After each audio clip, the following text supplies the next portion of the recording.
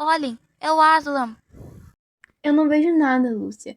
Estamos andando em círculos há horas e já estou cansada.